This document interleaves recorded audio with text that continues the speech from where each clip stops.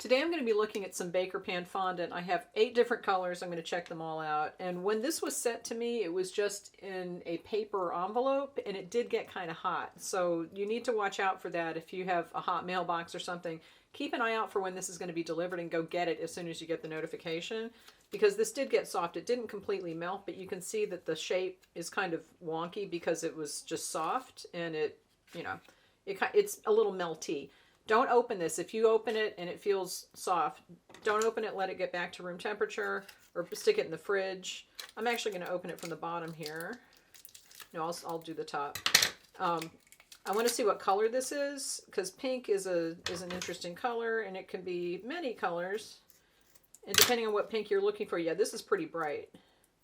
So if you're looking for, wow, this is like a hot pink. So this would be good for like birthday cakes where you need a really pink color. This is very pink. And I'm going to see, this has come back to room temperature. I'm going to see how it works in a mold. And then I will see what it tastes like. I'll eat this little piece. Yeah, it tastes like fondant. It's got that artificial vanilla flavor, and it demolds really easily. So, all right, just want to show you what that is.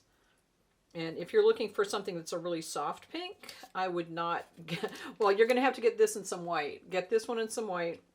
And I'm going to do some fondant mixing videos too to see how that works.